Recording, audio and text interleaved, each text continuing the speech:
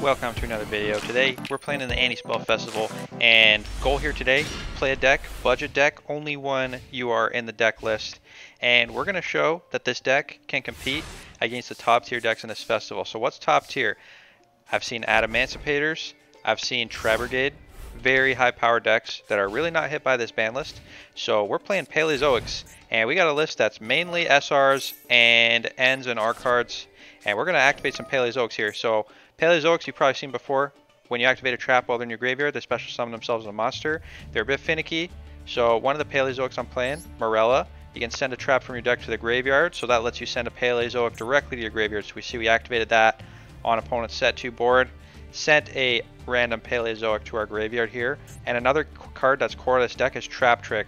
The reason it's core is because it activates 2 traps on your turn. Now these Paleos are super sensitive. They need to... Their effect to summon themselves need to be in response to another effect. So Trap Trick lets you summon 2 of them. Otherwise, we'd only be left with 1. An opponent's activating Max C. So we're going to save one of our Paleo summons. Don't want opponent drawing too many cards. So let's summon the Oleones. And we were gonna summon and loot to basically summon another Paleo. Discard this one and draw 2 cards and summon a Paleo from the graveyard. But now we're going to hold back. We don't want to waste our Paleo summons. You got to be careful about these. They're interesting. They're a bit finicky. So let's activate now. Opponent's going to Ash. Now it negates our effect, but that's okay because we still got a trap activation. Except, you'll notice we didn't get to summon a Paleo from the graveyard. Now why is that?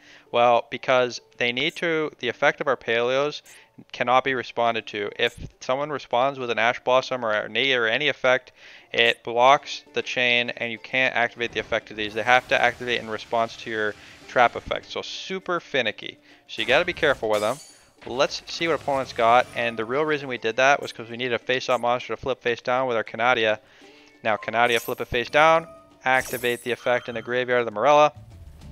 Now we got 2 Paleos. And how do we win here? Well, we win with our... We got a couple ways.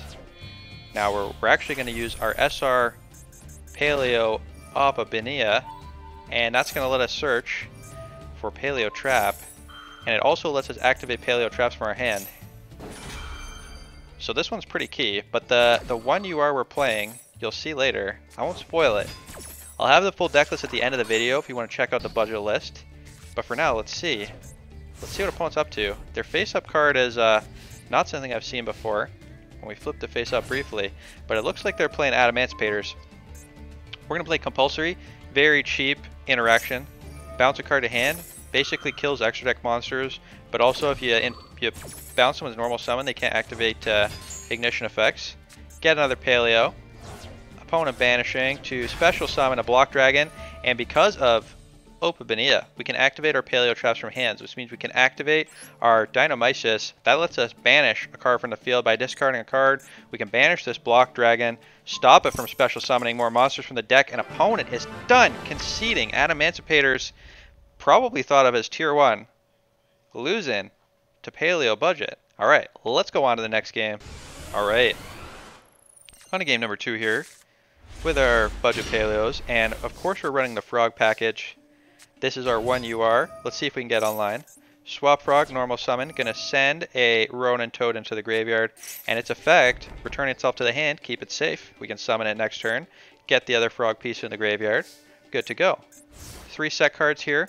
We got a Pikea. Pikea lets you discard a Paleo to draw 2 cards. This effect is really good. If you don't have Needlebug Nest, which kind of does a similar thing, sends a bunch of cards to the graveyard, Pikea basically lets you fill your graveyard with Paleos and redraw cards to kind of thin your deck. Make sure you keep having material. We got a Solemn Set and we got an Ice Barrier. I love Ice Barrier. In this deck we can use it to search Kaijus and return our frogs from our graveyard to our hand. Opponent activating Branded Sword.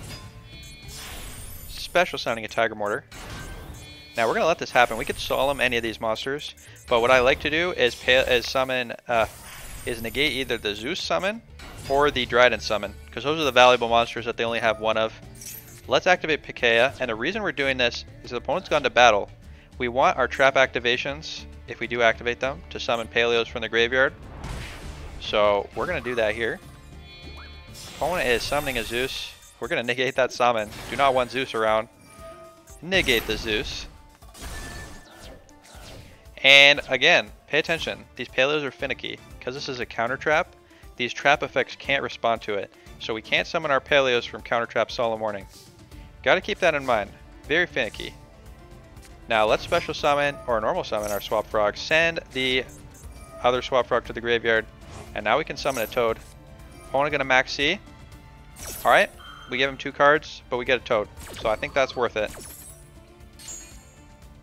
Evenly matched is really good going second, but don't play around evenly matched too much, in the sense that if you have it in hand and it's not like a good board where you think you're going to use it, don't be afraid to discard it to effects like Dynamicious.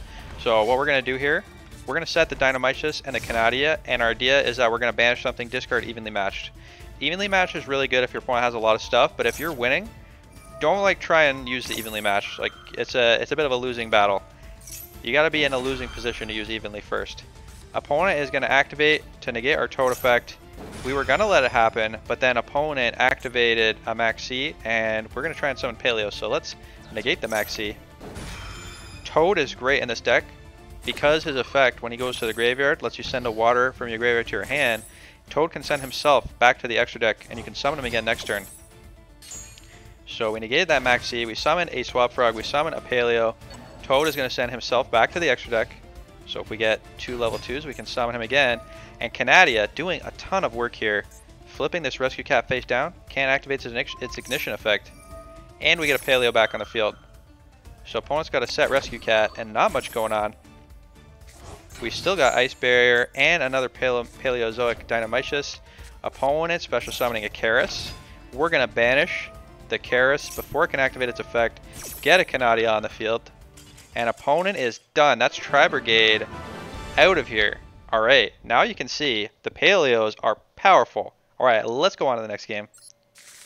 Alright, now we got 2 copies of Tenyi Spirit of Issued in hand. We got 1 copy of Scrap Iron Scarecrow, and this is a very fun trap. When opponent's monster declares an attack, target that monster, negate the attack, and then you get to set this face down again. The reason we got this in the deck is because you can repeatedly activate it. That lets you summon your Paleozoics from the graveyard every time you activate it. Let's activate Trap Trick, set a Oleonides, pop their face down trap, pass back to our turn. Now we do have to have opponent attack to activate this. Luckily we draw Swap Frog. Gonna send a Ronin Toad to the graveyard. Opponent activating Maxi. Well, we're not special summoning anything, opponent. That Maxi is wasted. Swap Frog gonna send himself back to hand, keep himself safe. After attacking, of course. Bounce yourself back to hand, Swap Frog. Pass back to the opponent. Now Scrap Iron Scarecrow, if it activates, will negate an attack, and let us special summon the Oleonides from the graveyard. And opponent is falling right for the bait. Negate the attack, special summon the Oleonides, set that Scrap Iron Scarecrow back on the field, so we can keep negating attacks on future turns. Opponent doing nothing here with the Crusadia. Now, opponent just conceding. Alright, let's go on to the next one. Alright, another good hand here. We got Toad, we got Compulsory, we got Lost Wind, negate the effect of special summon monsters. Opponent Ash Blossoming our Toad. That's alright, Swap Frog does not mind being negated. We'll bounce himself back to hand, keep himself safe, and we'll set. Make sure if you set the Pikaia that you got another Paleozoic to discard. Pass to the opponent, see what they got here. Super Heavy Samurai. We're going to activate this. Now, I've said before, a reason you activate this first is so you have Paleos. On all your future trap activations, you want to be summoning Paleos from the graveyard. So let's discard draw 2. Drawn into Ronin is pretty great here. Opponent going to summon the Super Heavy Samurai. Let's bounce this back to hand. That's going to stop him from attaching itself as an equipment. And we get a Paleo. Paleo back on the field. Opponents use their normal summon. They're special summoning the Super Heavy Samurai. We're going to Lost Wind. This is going to search a monster. We don't want that. Negate with the Lost Wind. Special summon another Paleo. And on our turn, we get to special summon, make Ronin Toad and the Paleo Trap XE. And opponent does not want to see it. They are paleoed out of the game. Alright, that was pretty sweet. Hope you enjoyed the gameplay. Let's go on to the deck list. Alright, here is the full budget list for Paleos for the Anti-Spell Festival. Now, you'll see most of these cards and rarity. So very easy to craft. Very fun as well. A very technical deck.